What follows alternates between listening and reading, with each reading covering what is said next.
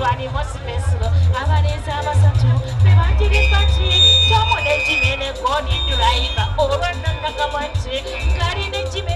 ate namusoke ne Tomu nga nesatu batunatera kutuuka kumpi ne Byanti genda kuwulira ennagamba tambuza leero nkirabyo nti ekya Goni Driver bitula naawe mu firimu nga munyumya nasooka nesirikamu nenenyuma nga Goni Driver ndaba simusaana twatuuka mu firimu namala ngakiriza tulinde Goni wammanga tonyumya Goni byeyagamba nga tuli mu firimu byamala okugagasa nti mwana wanazembe efirimu bwe yaggwa olwo ne twambuka mu feewe woteri olwo nye twasula nange emmere waamwe olwo olwensooka kwenywera ku bbiya